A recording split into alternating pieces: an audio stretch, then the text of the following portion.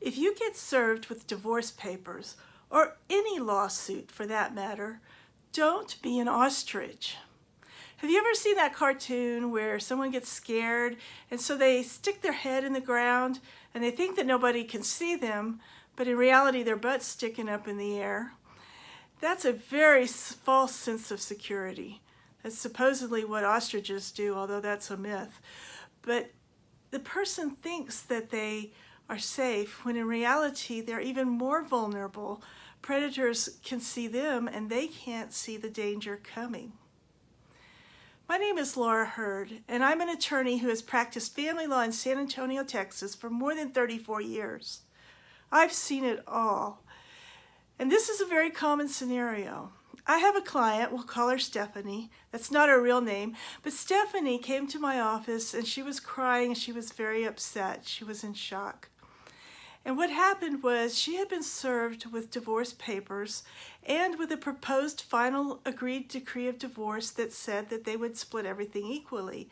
But she didn't want to get divorced. She didn't want this to happen. So she tossed it in a drawer and she tried not to think about it. That didn't work very well because it kept her awake at night and she did worry about it, but she kept pushing it aside and she didn't do anything about it. Next thing she knew, she was getting evicted from her house. She was told that she could only see her kids on the weekends and supervised, and that she was assigned all the debts and none of the assets, and that she had to keep paying the mortgage even though she couldn't live in the house. And not only that, she had to pay him child support, even though he made lots more money than she did. And if she didn't pay the child support, she could go to jail. So she came to my office and she was in shock. And she said, "How could this have happened? I didn't sign anything." The reality is, he didn't have to give her any more notice. He went down to the courthouse, he got the order signed, and that's perfectly legal. Now, Stephanie was lucky because she came to see me within 30 days of when that order was signed. We were able to file a motion for a new trial and she got a do-over. But a lot of times people don't even find out about that order till more than 30 days has gone by after the judge signed it.